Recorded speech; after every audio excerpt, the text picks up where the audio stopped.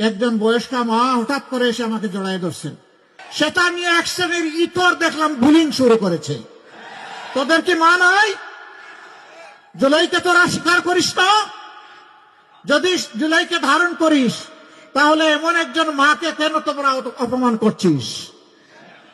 একটা ক্লাস আজকে সামান্য মানবতা এবং ভদ্রতা ভুলে গেছে। আজকে আমি ফেনীতে গিয়েছিলাম। শহীদ পরিবারের মা এবং বাবারা, ভাইয়েরা, বোনেরা সেখানে এসেছিল, সন্তানরা এসেছে। আমি তাদের প্রতি সহানুভূতি জ্ঞাপন করার এক পর্যায়ে একজন বয়স্কা মা হঠাৎ করে এসে আমাকে জড়ায় ধরছেন। উনি কান্না শুরু করেছেন। আমি তো তাকে ছুঁড়ে মারতে পারি না। তিনি তো জাতির মা, আমার মা। তাকে সম্মান করা আমার দায়িত্ব। সেটা নিয়ে এক শ্রেণীর ইতর দেখলাম বুলিং শুরু করেছে। তোদের কি মা নাই? জুলাইকে তোরা স্বীকার করিস না?